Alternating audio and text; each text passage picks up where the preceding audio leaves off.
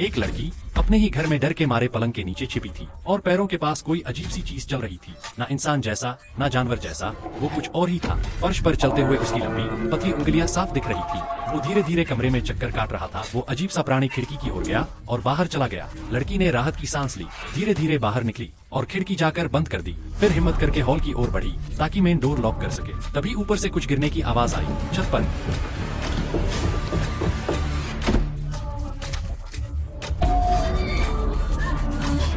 और अगले ही पल सारी लाइटें फड़फड़ाने लगी, जैसे बिजली नहीं, कोई और कनेक्शन हो। फोन अपने आप ऑफ होने लगा। फ्रिज की आवाज डरावनी लगने लगी। घर जैसे किसी और के कंट्रोल में था। तभी सीढ़ियों के पास कुछ हिलता हुआ दिखा। वो वही प्राणी था। अंधेरे में भी उसकी आंखें चमक रही थी। लड़की एकदम शांत होकर रसोई की तरफ भागी। अब वो तेजी से उसकी ओर बढ़ रहा था।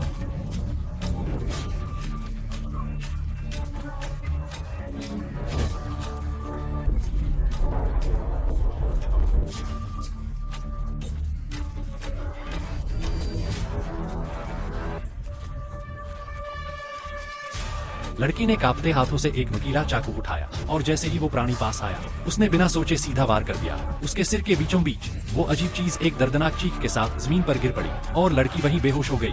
सुबह आंख खुली तो वो सब शांत था, लेकिन जब उसने कमरे की तरफ देखा तो वहाँ उसके सिर से गाढ़ा काला द्रव बह रहा था, जो धीरे धीरे कमरे से निकलकर बाहर की ओर बह रहा था, जैसे कोई और भी रास्ते में है। अगर जानना है कि आगे क्या हुआ तो सब्सक्राइब जरूर करना।